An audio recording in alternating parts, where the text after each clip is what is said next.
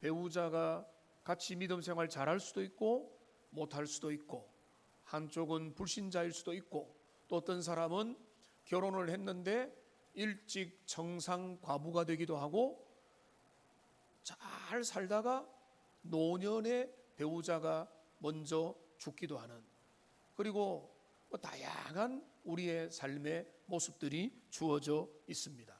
지난주에 결론이 뭐였습니까? 그 삶의 모습은 다양해도 거기에서 도피하거나 도망하는 게 하나님의 뜻이 아니라, 그 우리에게 놓여 있는 그 자리가 하나님이 우리에게 부르신 소명의 자리라고, 부르심의 자리라고 생각하고, 거기에서 하나님의 뜻을 발견하고 주님의 기쁘신 일을 위해서 사명을 향해 달려가는 게 중요하다.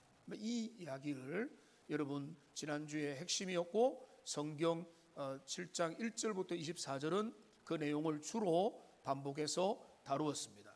그런데 이게 지난주로 끝나는 것이 아니라 오늘도 25절부터 40절에 보면, 여러분 눈으로 자기 성경을 보고 한번 보시면은 또 다양한 케이스가 반복적으로 소개가 됩니다. 25절에 보면 처녀는 결혼할 것인가 그냥 지내야 하는가를 묻고 있습니다.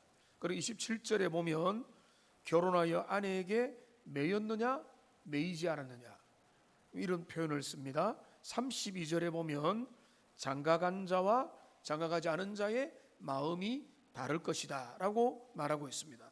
36절에 보면 약혼자가 있는 경우인데, 여러분의 성격이 관주 성경이면 약혼자 해서 1 해가지고 처녀 딸 이렇게 돼 있는 성경도 있을 수 있는데요, 이거는 오늘 제가 본격적으로 안 다루겠지만, 이거는 그 단어가 약혼자를 의미하는지 내 관연한 이제 시집 갈 수 있는 딸을 의미하는지는 해석학적인 선택이 있습니다. 그런데 그거는 어떻게 하든지 큰 문제는 없습니다. 하여간에 저는 약혼자라고 두고, 약혼자의 경우 어떻게 할 거냐, 39절에 보면 남편을 사별했다면 어떻게 할 거냐, 이런 다양한 경우가 지난주부터 해서 7장 전체에 나와 있습니다.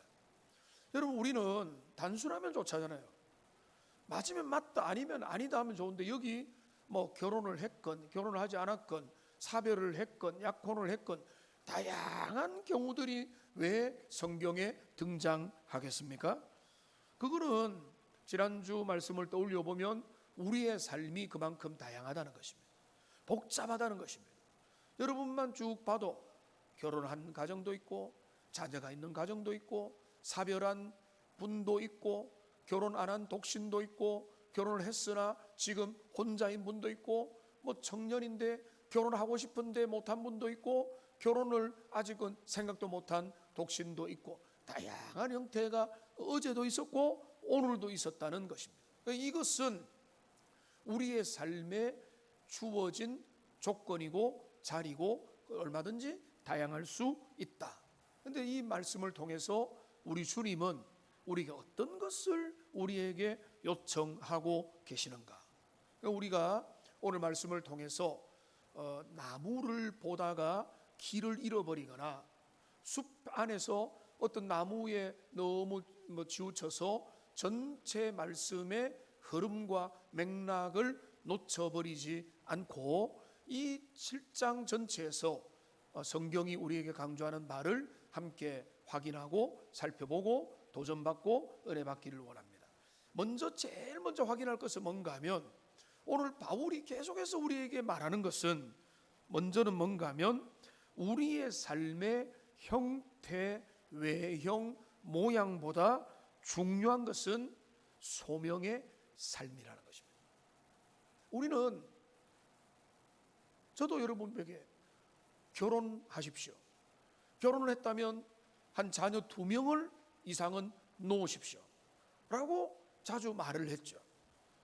그게 좋아 보이고 그게 어떤 기준인 것 같지만은, 근데 그게 과연 우리에게 오늘 본문의 말씀에 보면은 그게 진리냐? 그러면 또 달라지는 것입니다. 결혼도 해야 되고 자녀도 낳아야 되고 양쪽이 다 믿으면 좋고, 그 모든 것들은 우리가 볼 때 어떤 좋은 기준이긴 하지만은, 근데 다양한 삶의 모습이 원하든 원하지 않든 주어진다면 우리는 어떤 하나의 정답만을 놓고 이렇지 않으면 실패한 인생이고 이러면 성공한 인생이다라고 그렇게 말할 수 있느냐? 그게 아니라는 것입니다. 그러니까 우리가 결혼을 했든 결혼하지 않았든, 배우자가 옆에 있든 사별을 했든, 그것은 우리의 구원의 기준의 문제도 아니고 우리의 성공의 여부도 아닐 수도 있는 것이다. 그러니까 중요한 것은, 여전히 중요한 것은 뭔가 하면, 너희는 너희가 부름받은 그 자리, 지금 너희에게 허락된 그 삶의 자리를 하나님의 섭리의 자리로 인정하고 거기에서 주님을 영화롭게 하고 하나님의 부르심에 따라 순종하면 되는 것이다. 어스틴이라고 하는 위대한 교부는 이런 말을 했습니다. 하나님을 사랑하라, 그리고 네가 원하는 것을 해라. 어울리지 않게 보이지만은 여러분, 이것이 성경이 말하는 진정한 진리와 자유의 균형인 것입니다.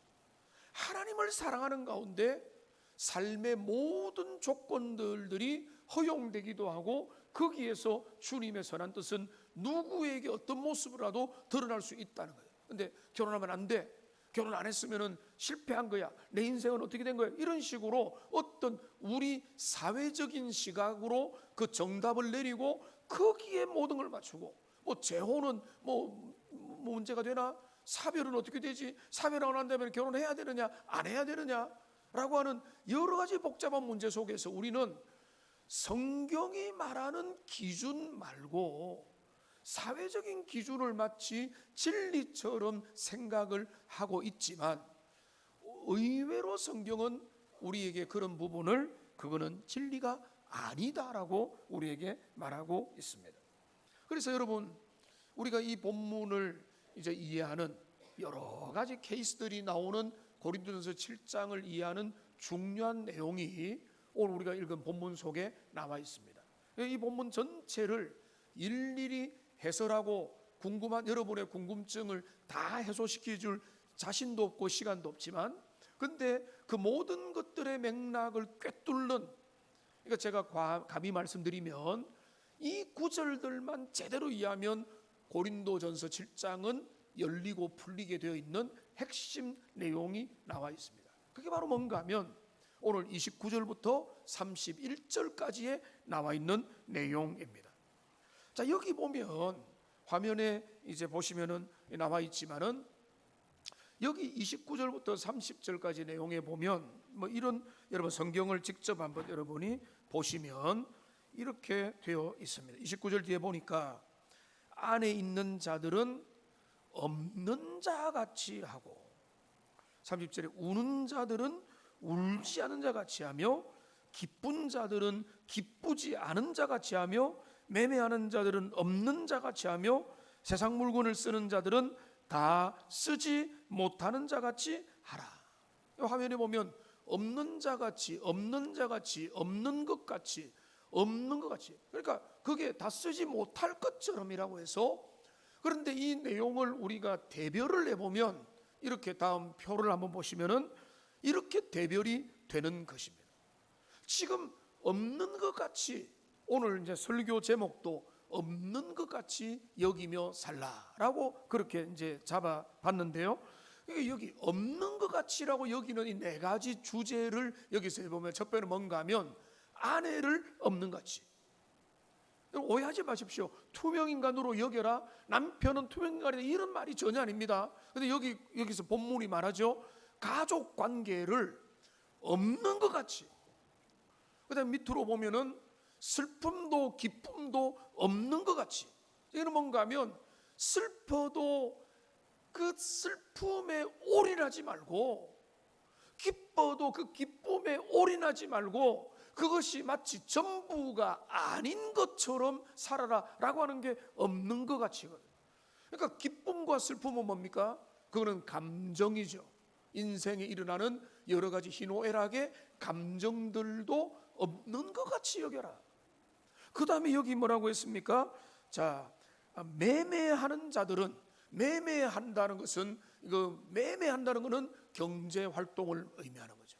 사업을 하고 거래를 하고 육체 노동을 통해서 돈을 벌고 물물 교환을 하는 모든 것들을 포함한 것입니다. 이 경제 활동을 매매하는 자들은 뭡니까? 없는 것 같이 하라. 이 해석이 필요하죠. 매매하는 자들이 없는 것 같이 하는 것은 이것을 너무 제일로 중요한 것으로 여기지 말라, 이런 의미가 되는 것이고, 마지막 한 가지가 더 있습니다.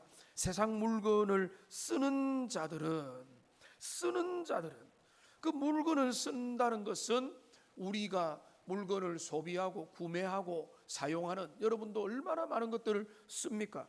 여기 컵이 사용되고 물이 사용되고 컵 받침이 사용되고 마이크가 사용되고 강단이 사용되고, 우리의 삶에도 여러분 쿠팡을 비롯한 많은 쇼핑에서 얼마나 여러분 편리한 것들을 사용하고 있는데, 여기 뭐라고 하는가 하면은 다 쓰지 못하는 자 같이 하라. 그러니까 여기서 표현은 약간 다르지만 똑같이 말하는 게 우리의 가족 관계, 결혼 관계, 우리의 기쁨과 슬픔이라는 감정, 우리의 경제 활동, 우리의 물건과 물질과 소유를 바울은 뭐라고 하는가 하면 상대화시키는 것입니다. 이런 것들이 너의 인생의 전부인 것처럼 여기는 것이 아니라, 너희의 삶에서 이런 것들은 중요하죠. 여러분, 어쩌면은 우리 많은 주님을 모르는 사람들은 이런 것들로 인생의 90%, 100%를 채워서 살아가는 것입니다. 가족관계, 물질 문제, 경제 문제, 기쁨과 슬픔, 이것 빼면 우리 삶에 남는 게 뭐가 있겠습니까?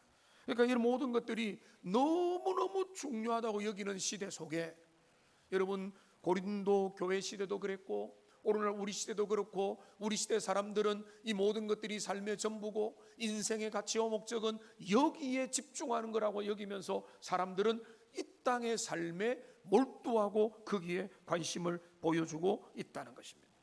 그런데 여러분, 오늘 본문은 우리에게 말합니다. 그거를 절대화시키지 말아라. 거기에 인생의 목을 매면 안 된다는 것입니다. 거기에 우리의 삶의 모든 것들이 걸려있는 게 아니라 우리의 삶은 그거보다 더 너머에 있다라고 말하고 있습니다. 이 세상의 것들을 절대화시키기 때문에 세상을 사랑하고 여기에 우상을 섬기게 되고 우리의 삶의 초점은 잘못되는 것입니다. 여러분, 초점은요, 미시적인 관점으로 지금이라는 것에 충실하면은 미래는 날아가 버립니다. 그런데 성경은 뭡니까? 우리의 인생이 지금만 있는 것이 아니다. 여러분의 삶이 어떻습니까?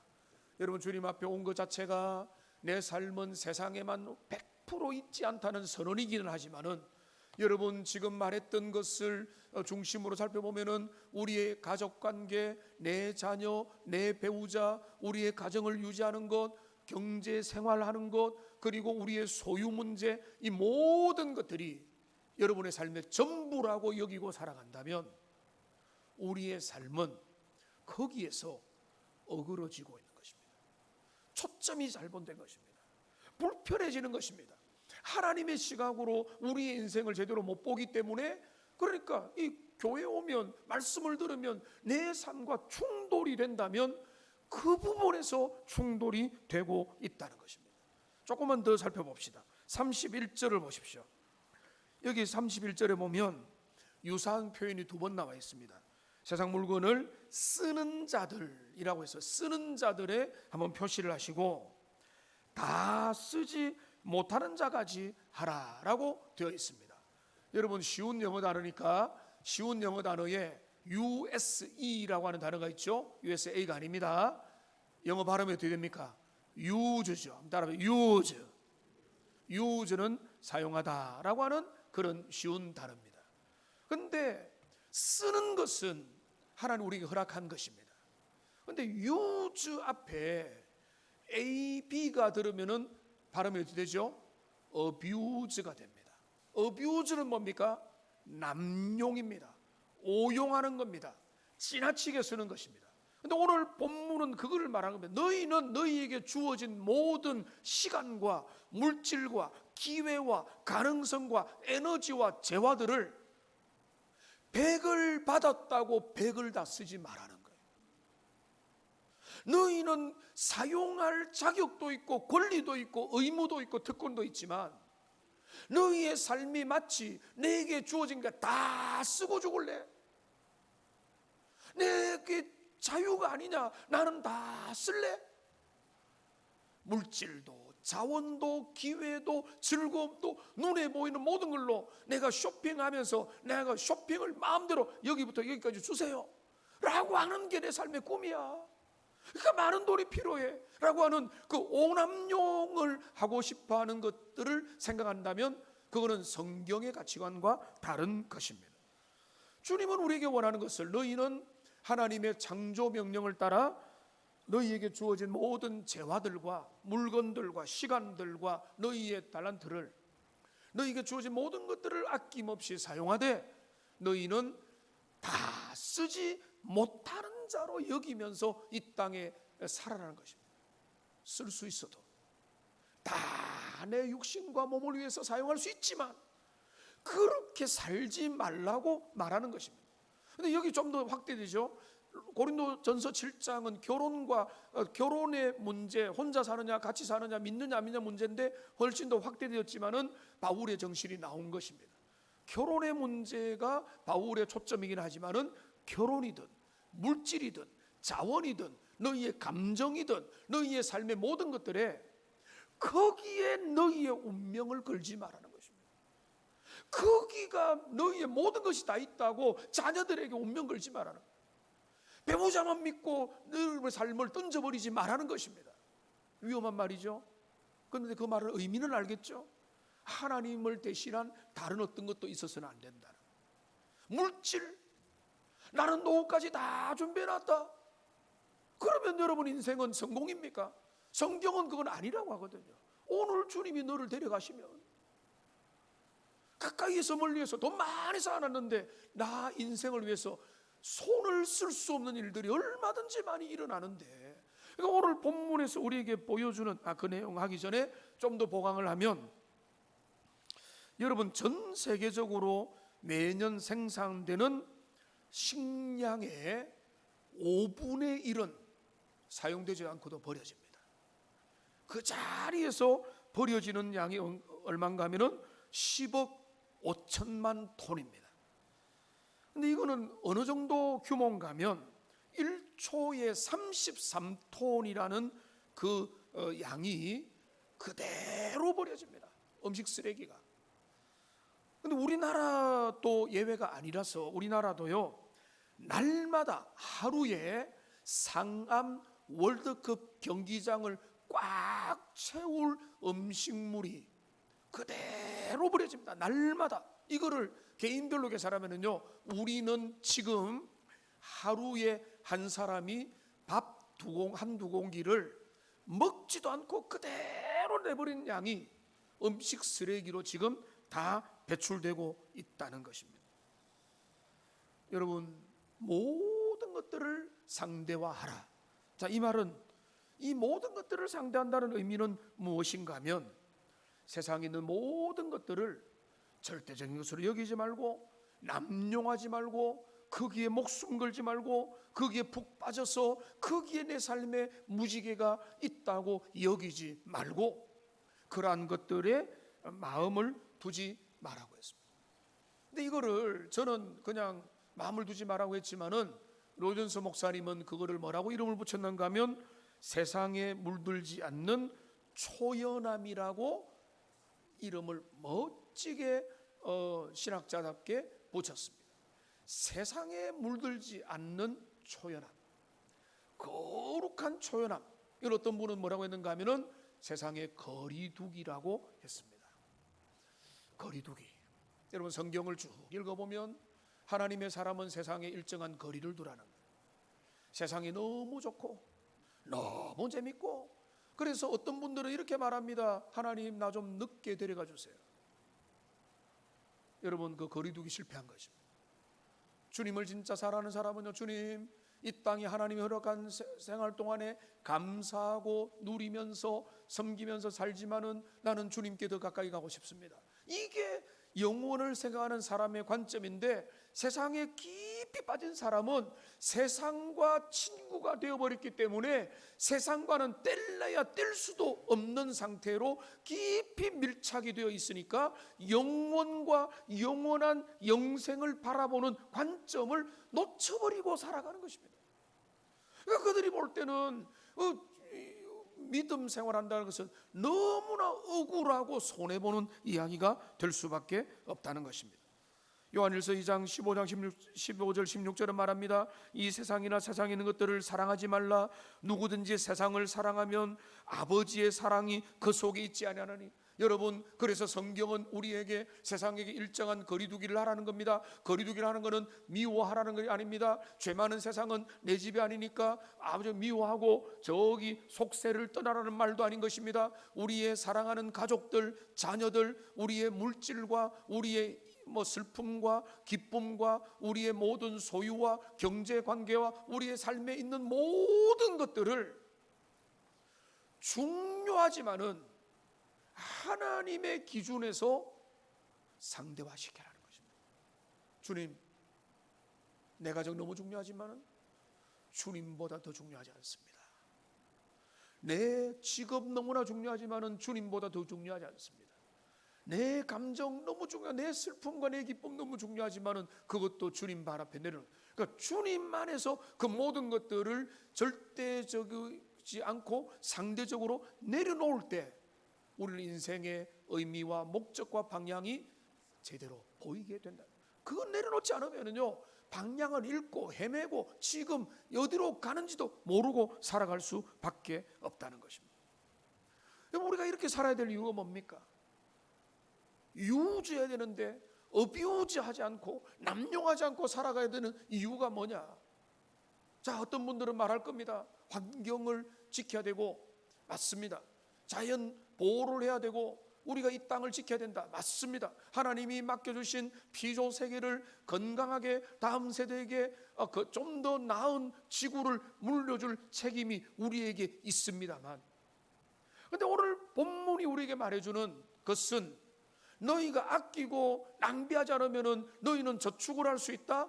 여러분, 그거는 잠언이나 다른 데서 말합니다. 그런데 오늘 본문은 그걸 말하는 게 아니에요. 너희가 절약을 하고 환경을 보호해야 된다, 그래야 지구를 건강하게 넘겨줄 수 있다. 그것도 저는 성경의 전체적인 가치관에 맞지만은 오늘 주님이 우리에게 너희의 가정도, 너희의 물질도, 너희의 감정도, 너희의 경제생활도, 너희의 모든 것들도 상대하라는 것은 그거와는 이유가 좀 다릅니다. 여러분, 오늘 본문의 그 이유는요 좀 다르게 나오는데 29절을 보십시오. 여기 힌트가 하나 나오죠. 뭐라고 했습니까? 그때가 단축하여졌다라고 말하고요, 그 다음에 중요한 표현이 오늘 31절에 나와 있습니다. 31절 뒤에 보니까 세상 물건을 쓰는 자들은 다 쓰지 못하는 자 같이 하라. 그 다음에 같이 읽겠습니다. 이 세상의 외형은 지나가면이라. 여러분, 저는 고린도전서 7장의 핵심은 여기에 바울의 사상은 바로 이 시간관, 역사관, 세계관에 있는 것입니다. 이 세상의 외형은 영원하지 않다, 지나가는 것이다. 나쁘다는 말이 아닙니다. 틀렸다는 말이 아닙니다. 영원하지 않다는 말이에요. 영원하지 않다는 말입니다. 영원하다면 우리는 그거에 우리의 목숨을 걸어야죠. 영원하지 않다는 사실, 이게 나쁘다는 말과는 전혀 다른 것입니다. 지나가는 거예요. 물질도 소유도 기쁨도 슬픔도. 그래서 1절의 말씀 설교했죠. 너무 기뻐도 거기에 올인하지 말고 너무 슬퍼도 거기에 매여 있지 말라고. 왜냐하면 이유가 뭡니까? 그것도 지나가거든요. 그러니까 여러분, 오늘 바울이 바라보는 관점은 뭔가 하면 이 화면에 짧게 나와 있는 선과 같습니다. 기독교의 시간관입니다. 종말론입니다. 그럼 뭔가 하면 이 세상의 동남아 사람들과 많은 사람들은 뭔가 하면 시간의 순환을 믿습니다. 역사는, 시간은 윤회하고 또 돌고 돌아서 계속 돌 거기 때문에 무한한 영겁의 시간이 영원히 반복되는 거라서 나에게 중요한 것은 다음 생에 제발 쥐새끼로 안 태어나고 저기 뭐 왕국에 태어나거나 공주님으로 태어나거나 뭐 이렇게 더 나은 존재로 태어나기 위해서 이 땅에서 선행을 하는 거예요. 많은 사람이 그렇습니다. 우리 기독교의 세계관은 그렇지 않습니다. 기독교의 세계관은 뭔가 하면 창조주 하나님을 믿죠. 하나님이 뭘 창조하셨습니까? 시간을 창조하신 거예요. 시간을 창조하셨다는 것은 세상에 시작이 있다는 것입니다. 과정이 있습니다. 시작이 있고 과정이 있으면 끝이 있는 것입니다. 여러분, 그 증거가 뭐죠? 여러분 자신을 보십시오. 여러분에게 뭐가 있습니까? 생로병사가 있죠. 우리는 그걸 확인합니다. 우리의 부모님을 통해서, 우리 어르신들을 통해서 확인합니다. 생로병사의 타락한 인생 가운데 하나님이 허락하신 시간의 한계를 확인하는 것입니다. 모든 살아있는 존재는 그 죽음을 향해서 가고 있다는 것을 확인하는 것입니다. 역사도 끝이 있습니다. 시간은 피조세계입니다. 우리는 잘 모르죠. 감각도 없죠. 뭐 철학자가 뭐 하는 모르죠. 그런데 중요한 것은 하나님이 이 세상에 빛이 있으라 하셨고, 시간을 창조하셨고, 공간을 창조하셨고, 물질을 창조하셨고, 생명을 창조하신 것처럼 시간도 피조물이고, 성경이 말한 대로 그 시간이 하나님의 영원한 관점에서 수렴될 때 시간의 종말을 맞이하고, 그때 새하늘과 새 땅에 새로운 시간표로 어떤 시간이 펼쳐질지 우리는 몰라요. 영원하신 하나님이 지구와 비슷한 시간으로 더 이어가게 하실지, 새로운 관점의 시간이 앞뒤가 없는 시간으로 새하늘과 새 땅을 창조하실지 우리가 알지 못하지만은, 중요한 것은, 바울이 마음에 붙들고 있는 것은, 지금의 이 시간을 지나가는 것은, 이 외형은 지나가는 것이다. 그래서 제가 이 세상 나그네 길을 지나는 순례자, 이 성가를 좋아한다고 했잖아요. 그런데 이 성가가 복음적이기 때문에 좋아하는 거예요. 우리가 이 땅에서 토끼 같은 자녀를 놓고 부부생활 알콩달콩하고 세상에 놓고 로맨스, 코미디, 드라마 이런 거 보면서 야, 이런 게 사랑이자면서 이 땅에서 좋아하는 것 같지만은, 그리고 뭐 경제생활하고 취미생활하고 뭔가에 매료되는 것 같지만은, 그 모든 삶들이 절대적이고 불변하고 영원한 것이 될 수가 없다는 것입니다. 그러니까 바울은 지금 그 이야기를 왜 하는가 하면, 너희가 착각하지 말라는 거예요.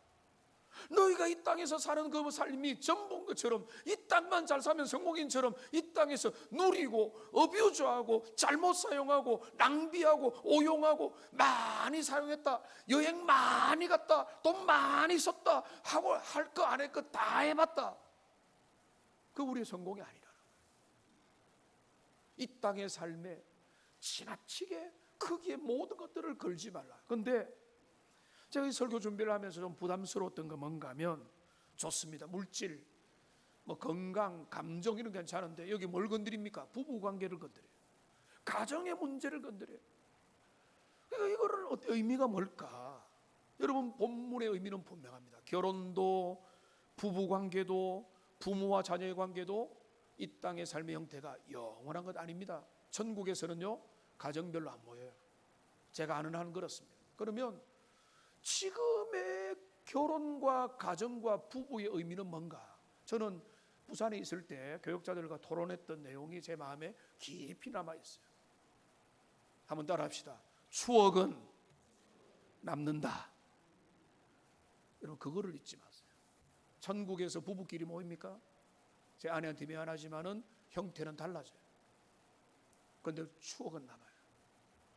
좋았던 기억들도 남습니다. 자녀들도 마찬가지고 여러분과도 마찬가지. 우리 동교회만 모여라, 여기 있으면 우리끼리 천국 생활하자, 그렇지 않을 거라고 저는 생각돼요. 그런데 그게 중요한 게 아니에요. 그렇기 때문에 우리는 이제부터는 교회로 안 모일 때, 그게 전혀 아니라 오히려 반대로 그 좋았던 추억과 은혜의 기억들을 가지고 천국 생활을 새롭게 하는 것입니다. 그 천국에는 남편과 아내가 없고라고 우리 주님이 분명히 말씀하셨죠.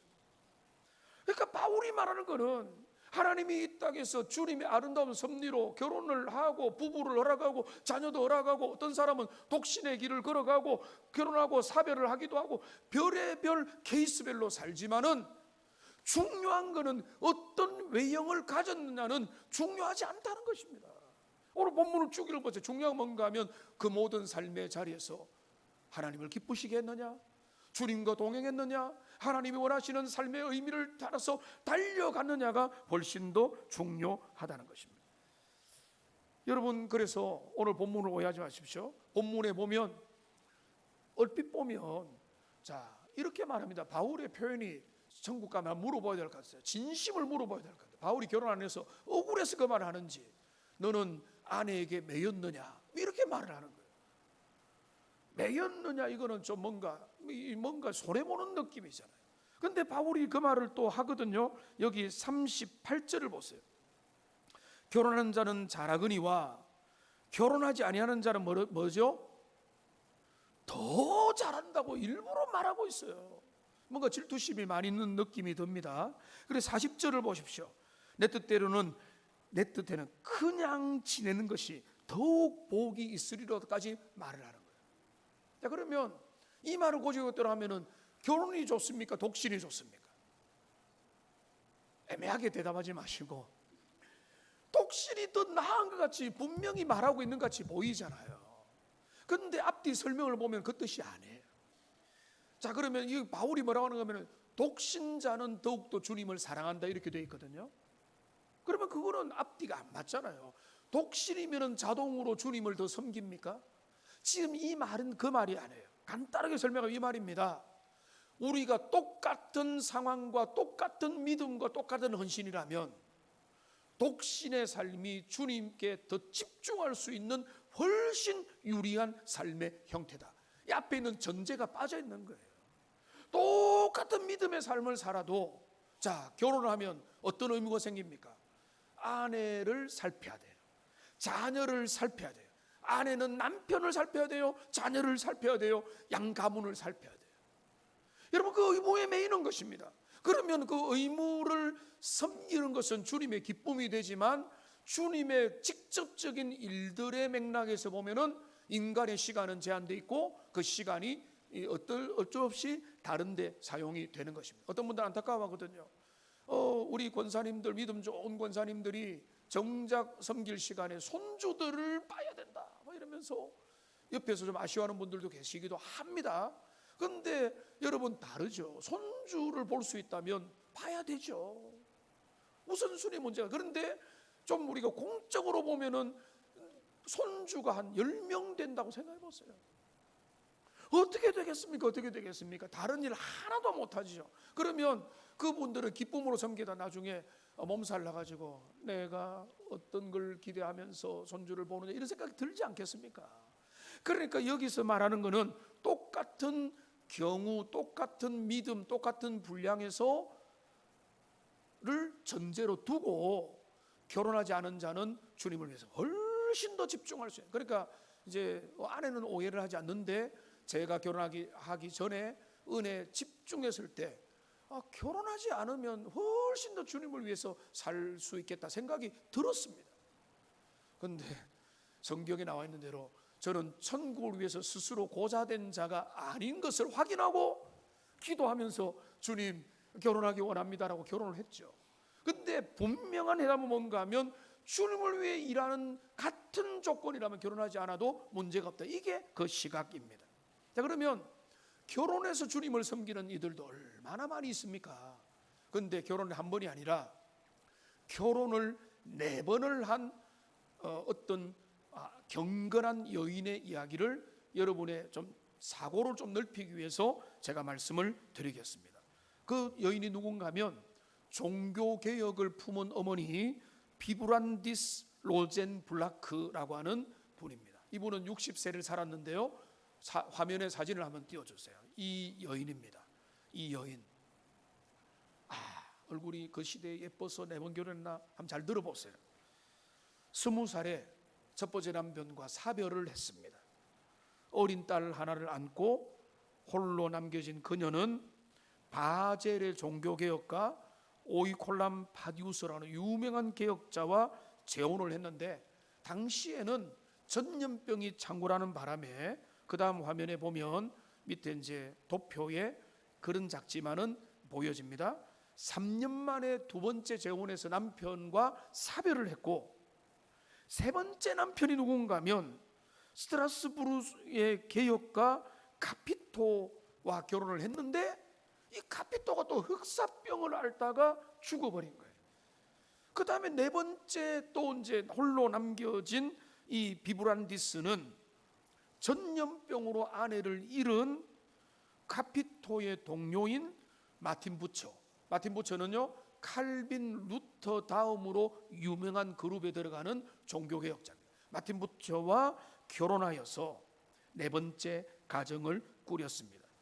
여러분, 사람들은 가십성으로 이 여자는 얼마나 이렇게 재주가 많길래, 미모가 좋길래 이 여자는 혼자는 못 사나, 온갖 험담들이 있었겠지만은 이 여인의 별명이 뭔지 아세요? 종교개혁의 신부가 되었습니다. 기구한 운명이 아니라 비브란디스는 자기가 낳은 11명의 자녀뿐만 아니라 남편들이 이전에 낳았던 전처에 낳은 아이들과 심지어는 고아들까지, 또한 핍박을 피해 도망온 난민들까지 거두어 들여가지고 거대한 신앙 공동체를 만들었습니다. 그래서 스위스, 프랑스, 영국을 쫓겨 나왔던 그 난민 신앙의 난민들의 자녀들도 받아들여서 고향 바젤로 돌아와서 자녀들을 돌보다가, 그런데 하나님의 섭리로 남편보다 먼저 60세에 주님의 품에 돌아간 것입니다. 여러분, 이 여인의 삶 기구합니까? 운명 앞에 순종한 삶입니까? 저는 후자라고 봅니다. 종교개혁자들, 당시의 말씀으로 그 시대의 천주교, 로만 카톨릭과 대적했던 종교개혁자들의 든든한 뒷받침이 되어주고 그 여인의 헌신으로 말미암아 그 종교개혁이 지속될 수 있었다는 것입니다. 오늘 본문으로 보면 없는 것 같이 살라라고 하는 이 내용은 결혼이든 경제 문제든 기쁨이든 슬픔이든 너희의 물질이든 이것을 너희가 그것에 푹 빠져가지고 여기에 인생을 걸지 말라, 그런 의미가 되는 것입니다. 여러분 35절을 보십시오. 35절에 보면은 내가 이것을 말하면 너희의 유익을 위함이다. 올무를 놓으려 함이 아니다. 우리의 마음을 넓히라는 것입니다. 인생을 영혼의 관점으로 바라보라는 것입니다. 지금 내 앞에 놓여 있는 먹고 사는 문제, 내 삶의 문제, 지금 지겨운 문제, 내가 돈을 벌어야 되고 가정을 먹여 살려야 되고 내 하는 물질과 소유와 이런 모든 우리의 삶의 애착의 관계들을 거기에 맞추어서 인생의 승부를 걸지 말고, 이 모든 외형은 지나가는 것이니 거기에 충성해야죠. 그 부르심 속에서 순종해야죠. 그런데 그보다 더 큰 영원한 주님을 바라보면서 지금의 가정, 지금의 자녀, 지금의 손주, 지금의 사명, 지금의 내게 부르심 앞에 믿음으로 나가라. 이게 주님이 원하는, 오늘 바울이 설명하는 고린도전서 7장에 놓여 있는 다양한 현실 속에 주어진 하나님의 사람의 부르심을 향한 주님의 모습이라는 것입니다. 뒤에 준비된 것들이 좀 많지만은 다 요약하고 결론을 내리겠습니다. 우리의 삶에서 여러분, 우리가 이 땅에 있는 것들 전부로 여기면서 지나치게 감정에 매이고 지나치게 자녀에 매이고 내 남편에게 매이고 내 아내에게 매이고 모든 것들에 매이는 순간 우리는 영혼의 전망을 잃어버리고 이 땅만 보고 사는 비참한 인생, 세상 사람과 다를 바 없는 인생이 될 수밖에 없는 것입니다. 눈을 들어 주님의 원하는 영원한 관점을 회복하시고 그 영원한 관점 안에서 지금의 삶을 소중히 여기되 주님 안에서 상대화시키고 그 모든 것들에도 매이지 말고 오히려 충성하고 섬기는 복된 인생들이 다 되시기를 주님의 이름으로 축복합니다. 기도하겠습니다. 살아계신 하나님 아버지,